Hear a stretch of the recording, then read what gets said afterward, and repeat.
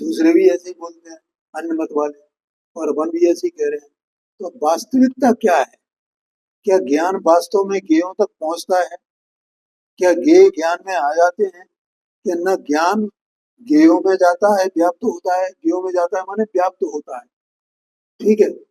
और न ज्ञेय ज्ञान में आते हैं माने ज्ञान में घुस जाते हैं। ज्ञेय ज्ञेय में रहते हैं और ज्ञान ज्ञान में रहता है। ये जो अपन ने पीछे पढ़ा था कि वे भगवान सर्वगत हैं, ये व्यवहारने का कथन है। ऐसा पढ़ा था ना अपन ने। निश्चय से वे सर्वगत नहीं है, वे तो अपनी स्वगत ही है। ये विषय है यहाँ पर। तो अब देखो अपन इसमें पढ़ते हैं, ब्रैकेट वाला जो विषय रह गया है, 6वीं 7वीं लाइन में है। जिस प्रकार आंख रूपी पदार्थों में प्रवेश नहीं करती, आंख रूपी पदार्थों में प्रवेश नहीं करती और रूपी पदार्थ आंख में प्रवेश नहीं करते, तो भी आंख रूपी पदार्थों के क्रियाकारों को ग्रहण करने जानने के स्वभाव वाली है। तो ऐसा उसका स्वभाव तो है ना कि वो उन सबको देखे, जो रूपी पदार्थ है उन्हें देखे, तो देखने के स्वभाव वाली है ना, जानने के स्वभाव वाली है ना। और इसी को ग्रहण करना कहा कि उनको ग्रहण करने वाली है। और ऐसा होता भी है। आंख में गेयों का जो भी ये देखती है आंख, तो ये आंख की जो पुतलियां है ना इसमें, उनमें आकार बनता है। तो आंख उस आकार का वेदन करके और ये जानती है मैंने ये देखा। क्या मैं देखो, साइंस में एक भौतिक शास्त्र, फिजिक्स, ये एक विषय है। तो उस विषय में कई उसके अंग हैं। जैसे एक चुंबकत्व एक अंग है उसका, ऑप्टिक्स माने प्रकाश से संबंधित, और एक साउंड माने आवाज से संबंधित, ये उसमें विषय हैं, और भी होंगे शायद। तो अब ऑप्टिक्स माने प्रकाश, तो प्रकाश में यहाँ के आंख जानती कैसे है उसका पूरा विश्लेषण करके उसमें बताया जाता है। क्यों भैया, पढ़ा है ना? हाँ, है जी। हाँ हाँ हाँ, बिल्कुल बिल्कुल। वो फिजिक्स में एमएससी थे। हाँ जी। आंख के द्वारा, आंख, ये उपचार से कहा जा रहा है कि आंख जानती। जीव नहीं होगा तो वो आंख तो फिर काम करेगी नहीं, कोई इंद्री काम नहीं करेगी। लेकिन यहाँ तो मैं आंख का जो उस पढ़ाया जाता है ना भौतिक शास्त्र में, उन्हें तो ये पता नहीं है कि उपयोग क्या है और आत्मा क्या है और ये क्या है। वो तो इससे ही देख रहे हैं ना। और वही उदाहरण आचार्य देव ने दिया है। यहाँ उपयोग उपयोग का कुछ नहीं, कोई बात नहीं समझना। यहाँ तो आंख कैसे काम करती है उसकी बात है केवल। उस बात को थोड़ी देर के लिए भूल जाओ कि यहाँ आत्मा के प्रदेश हैं और उपयोग है, और उपयोग ऐसे काम करता है। उसको तो बिल्कुल एकदम गौण कर दो जैसे वो है ही नहीं, हम जानते नहीं। यहाँ तो इतना आंख कैसे काम करती है, इतनी बात है। तो आंख में ये जो पुतली, ये जो है ना, पुतली कहते हैं, क्या कहते हैं इसको? और हाँ, उसमें वो रेटिना वगैरह जो भी होती है, मैं तो भूल गया हूँ वो सब। तो उसमें वो आकार बनता है। तो आकार बनता है, उस आकार का वेदन करती है आंख, उससे वो जानती है। ऐसा समझना। ऐसे ही ये हैं, तो वो ज्ञान में उनका आकार बनता है। अब थोड़ा अपन भेद करते हैं उसमें कि आंख को अलग कर दो और उपयोग को अलग कर दो। तो वो आकार तो वास्तव में किसमें बन रहा है? ज्ञान में बन रहा है, ज्ञान मुख्य है, ठीक है। और आंख का भी जो कहा जाता है वो तो उपचार है, उससे समझाया गया है। तो आंख में प्रवेश नहीं करते तो भी आंख रूपी पदार्थों के गेयाकारों के ग्रहण करने, गेयाकारों के, गेयाकार माने जो गेयों के आकार हैं, जो भी आकार है वो द्रव्य गुण पर्याय तो ज्ञान की अपेक्षा से है, लेकिन आंख की अपेक्षा से तो उसका जो स्पष्ट जो अपने को आकार अपन दिख रहा है वो आकार, वो गेय का आकार, वैसे समझना आंख की अपेक्षा से, और ज्ञान की अपेक्षा से, उपयोग की अपेक्षा से द्रव्य गुण पर्याय है वो उसका आकार, ऐसा समझना। तो उनको ग्रहण करने जानने के स्वभाव वाली है, और रूपी पदार्थ ये तो उसके स्वभाव वाली है, और रूपी पदार्थ स्वयं के गेयाकारों को समर्पित हो जाने के स्वभाव वाले हैं। जो रूपी पदार्थ हैं जो आंख में जाने जाते हैं, देखे जाते हैं, वे रूपी पदार्थ अपने गेयाकार को उसमें आंख के लिए समर्पित करते हैं, ऐसा व्यवहार से कहा जाता है। उसी प्रकार आत्मा जैसे आंख पदार्थ में प्रवेश नहीं करती है, पदार्थ भी आंख में प्रवेश नहीं करता है, वैसे ही ज्ञान भी गेयाकार में प्रवेश नहीं करता है, व्याप्त नहीं होता है, और गेय भी ज्ञान में आता नहीं। आत्मा पदार्थों में प्रवेश नहीं करता और पदार्थ आत्मा में प्रवेश नहीं करते। तथापि आत्मा पदार्थों के समस्त गेयाकारों को ग्रहण कर लेने, जान लेने के स्वभाव वाला है। समस्त पदार्थों को, जितना गेय है, समस्त पदार्थों को जानने के स्वभाव वाला आत्मा है, उनको ग्रहण करने के स्वभाव वाला आत्मा है। ग्रहण करना माने उनके आकार रूप होना, ये ख्याल में है ना। ग्रहण कर लेने, जान लेने के स्वभाव वाला है, और पदार्थ स्वयं के समस्त गेयाकारों को समर्पित हो जाने, ज्ञात हो जाने के स्वभाव वाले हैं, यानी ज्ञान में भी ज्ञात हो जाए, ये उनका स्वभाव है। हाँ, अभी मैंने एक दिन ज्ञान और ज्ञ का वो ज्ञा धातु से बताया था ना सभी, वैसे समझना, वो भी ज्ञा धातु से है और ये भी ज्ञा धातु से। ये ज्ञा धातु से बना ये ज्ञान है, और वो ज्ञा धातु से बना वो ज्ञ है। ज्ञ माने जानने में आने योग्य। जैसे अपन देखो, दर्शक और दृश्य ऐसा होता है ना, तो दर्शक माने देखने वाला, उसको दर्शक कहते हैं, और जो देखने में आता है, जिसे देखा जाता है, वो दृश्य कहलाता है। तो यह लगा ना श, ऐसे ही वो ज्ञेय और ये ज्ञायक, ज्ञायक कहो कि ज्ञान कहो, जानने का कार्य करने वाला, और वो जानने में आने का कार्य करने वाला, ऐसा समझना। लेकिन न तो वो इसमें आता है और न ये उसमें जाता है, ऐसा यहाँ कहा गया है। अब यहाँ कहते हैं, अब आत्मा पदार्थों में प्रवृत्त नहीं होता,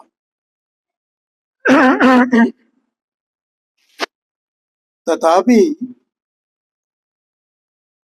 जिस शक्ति वैचित्र से उसका पदार्थों में प्रवृत्त होना सिद्ध होता है, उस शक्ति वैचित्र का उद्योग करते हैं। आत्मा में एक शक्ति है, ऐसी शक्ति है कि वो आत्मा गेयों तक पहुंच जाता है, ये बताना चाहते हैं।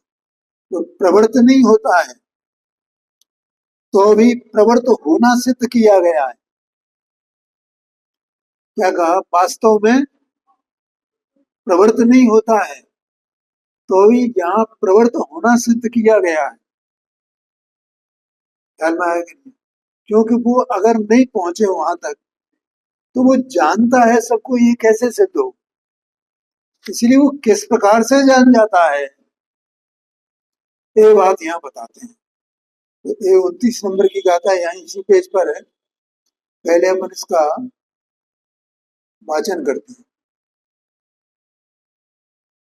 न पविट्रो ना विट्ठो नाणीने स्वरूपमिवे चक्षु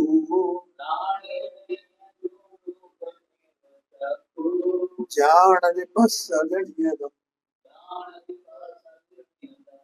अक्खातीतो जगमशेषम्।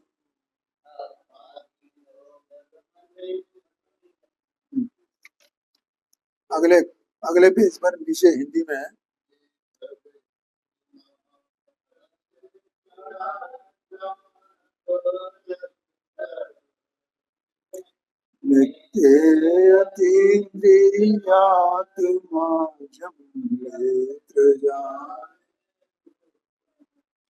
वो अन्वय अर्थ है, जैसे चक्षु रूप को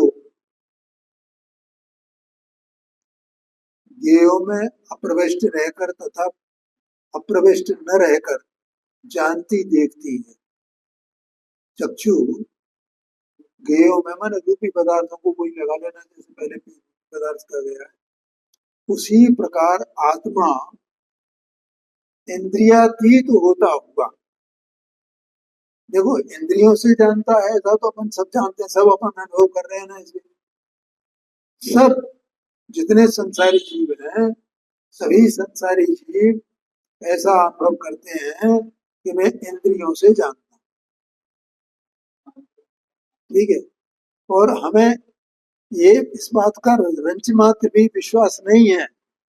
ज्ञानियों की बात अलग है, हम अज्ञानी हैं कि हम इंद्रियों के बिना भी जान सकते हैं। और आत्मा का कोई अतीन्द्रिय स्वरूप भी है, ज्ञान का कोई अतीन्द्रिय स्वरूप भी है, ऐसा हमें बिल्कुल भी विश्वास नहीं है, क्योंकि हम मिथ्या दृष्टि है। ऐसा समझना थोड़ी देर के लिए, सारा जगत ले रहा हूं मैं। यहाँ कहते हैं उसी प्रकार आत्मा इंद्रियातीत होता हुआ, कि आत्मा बिना इंद्रियों के, हमें तो ऐसा लगता है बिना इंद्रियों हम कैसे जानेंगे, बिना इंद्रियों कैसे जानेंगे, लेकिन यहाँ आत्मा जो इंद्रियातीत है, सर्वज्ञ भगवान है ना इंद्रियातीत, ये पहले आ गया था। इंद्रियातीत होता हुआ अशेष जगत को, अशेष माने जिसमें कुछ भी शेष नहीं रहा, पूरा विश्व, एक एक कण कण, समस्त लोकालोक को ज्ञेयों में अप्रविष्ट रहकर, ज्ञेयों में प्रविष्ट नहीं होता है, तथा अप्रविष्ट न रहकर, अप्रविष्ट रहकर माने ज्ञेयों में प्रवेश नहीं करता, और अप्रविष्ट न रहकर माने क्या, कि अप्रविष्ट भी नहीं रहता, प्रवेश भी कर जाता है।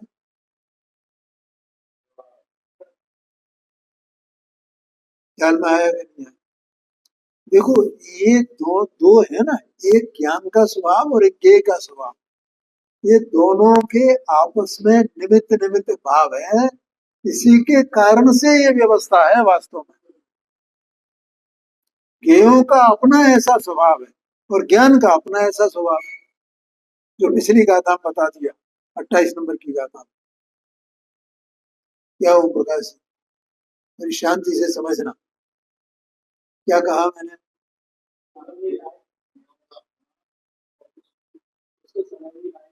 हाँ जी, हाँ जी, है कि ज्ञेयों में अप्रविष्ट रह करके और अप्रविष्ट न रह करके, वो अप्रविष्ट भी रहता है, तो निश्चय से तो वास्तव में अप्रविष्ट ही है, और फिर भी अप्रविष्ट नहीं रह माने किसी को नहीं जाना हो ऐसा नहीं रहता है, बिना जाने नहीं रहता है। इसका मतलब ज्ञान वहां तक पहुंचता है ना, इसका मतलब वो ज्ञेय ज्ञान में आ जाता है ना, इसलिए अप्रविष्ट न रहकर, ऐसा कहते हैं। बहुत कठिन बात है। निरंतर जानता देखता है। जो आत्मा परिपूर्णपने अतीन्द्रिय हुआ है, उसका पूरा इंद्रियावरण का अभाव हो गया है। ये मति ज्ञान है ना, मति ज्ञान, मति ज्ञान, श्रुति ज्ञान, अवध ज्ञान, मना परे ज्ञान, ये चार ज्ञान है ना। और इसमें से तीन ज्ञान, मति ज्ञान, अवध ज्ञान और मना परे ज्ञान, इन तीन ज्ञानों के विषय तो रूपी पदार्थ हैं। अरूपी पदार्थ तो है ही नहीं इनका विषय। और आत्मा अरूपी है कि रूपी है? अरूपी है। और श्रुत ज्ञान वो रूपी अरूपी दोनों को जानता है, लेकिन वो स्वयं परोक्ष है, प्रत्यक्ष है नहीं। और वो भी इंद्रिय पूर्वक है। क्या बोला मैंने? क्योंकि पहले मत ज्ञान पूर्वक श्रुत ज्ञान होता है ना, तो इंद्रिय पूर्वक हुआ ना वो। तो मत ज्ञान इंद्रिय से होता है, मैंने इंद्रिय के नहीं होता है, इंद्रिय ज्ञान कहा जाता है उसे। तो इसका इन सबका मूल वो इंद्रिय ज्ञान है। और जो ज्ञानावरणी कर्म है, तो उसके इंद्रिय ज्ञान की अपेक्षा से 5 भेद किए जाते हैं। 5 इंद्रियां है ना, और छठवां मन भी है ना, तो मन का भी किया जाता है। ऐसे 6 भेद किए जाते हैं। कौन कौन से? मत ज्ञानावरण, वो स्पर्शन इंद्रिय आवरण, रसना इंद्रिय आवरण, घ्राण इंद्रिय आवरण, ऐसा सबको कहा जाता है उसमें। क्योंकि जिस जिस आवरण का अपनी योग्यता से वहां क्षोभसम होता जाता है ना, उतना उतना ये ज्ञान का क्षोभसम उपयोग रूप से परिणमित होता है।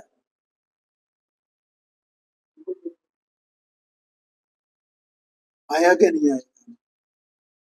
तो वो इंद्रियां हैं, इंद्रियों से जानता है इस प्रकार से। लेकिन ये जो इंद्रियातीत कहा ना, इसका मतलब वो सारे के सारे आवरण, क्योंकि ज्ञानावरण कर्म का पूरा अभाव हो गया है, तो उनके भेदों भेद भी नहीं रहे ना। स्पर्शन इंद्रिय आवरण, रसना इंद्रिय आवरण, ये सब कोई भेद नहीं रहे ना। क्यों? ज्ञानावरण मूल से ही खत्म हो गया ना। तो इसलिए उनका ज्ञान कैसा हो गया? भगवान का ज्ञान, भगवान इंद्रियातीत हो गए हैं। अब इंद्रियों से जानने वाले नहीं है। अब इंद्रियों से जानने वाला ज्ञान उनके नहीं रहा है। इंद्रियां अभी भले ही मौजूद हो, लेकिन तो भी उनका ज्ञान वो इंद्रियातीत है। ठीक है? ऐसा इंद्रियातीत ज्ञान वो अशेष जगत को, अशेष जगत में अप्रविष्ट रहकर और अप्रविष्ट न रहकर, इस प्रकार से वो इंद्रियातीत ज्ञान जानता है, ऐसा समझना।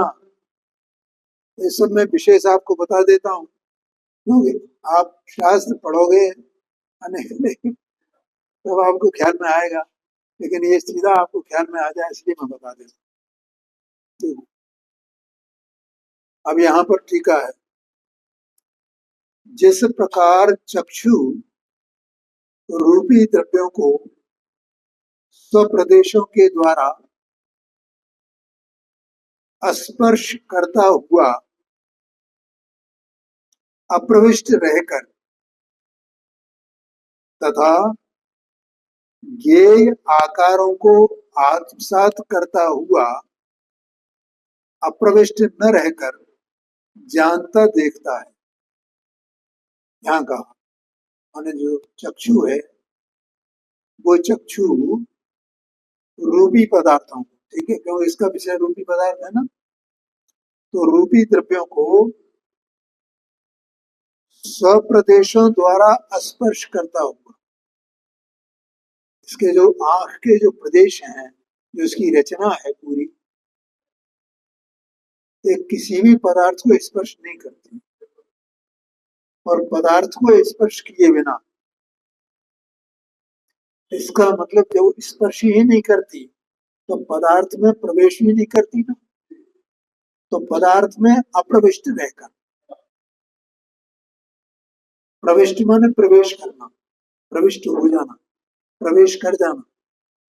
अप्रविष्ट रहकर माने उसमें प्रवेश नहीं करना। एक बात। तथा दूसरी बात, गे आकारों को आत्मसात करता हूं।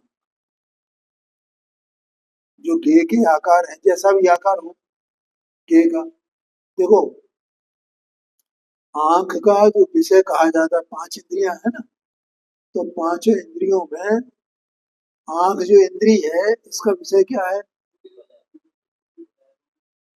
उसको रूपी पदार्थ तो सभी इंद्रियों के विषय है, वर्ण उसका विषय कहा जाता है।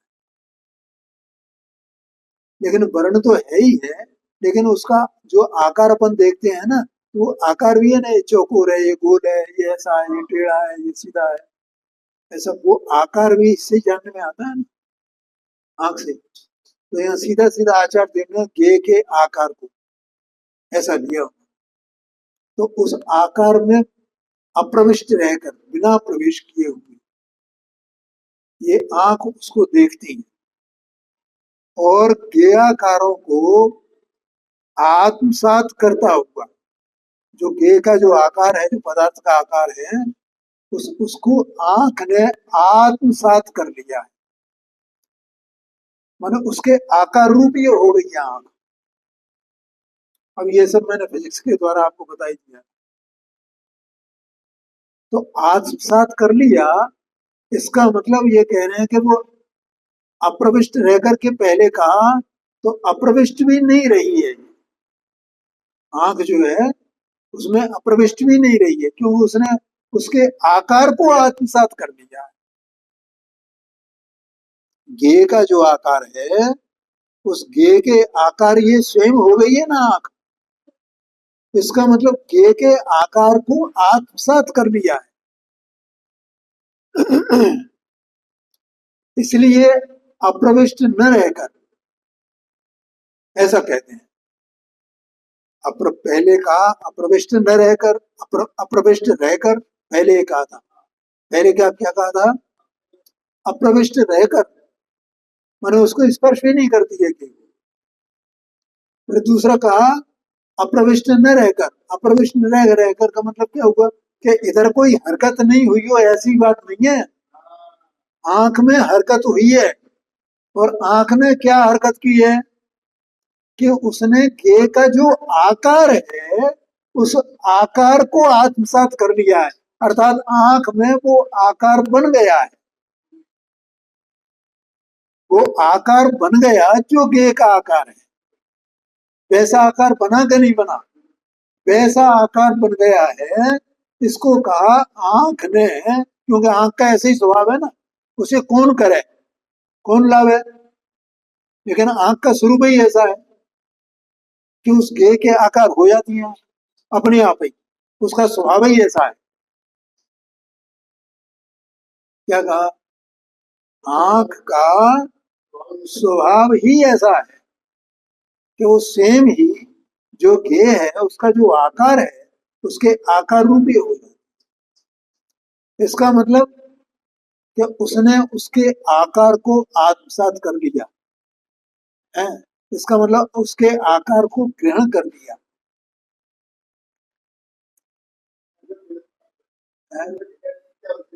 हाँ जी, हाँ।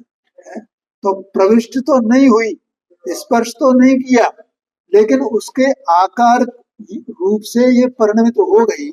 इसलिए कहा जाता है कि इसने उसमें वो अप्रविष्ट भी नहीं रही है, जैसे उसने उसको उसको अपने में प्रवेश कर लिया हो, तो ये उसमें प्रवेश कर गया है।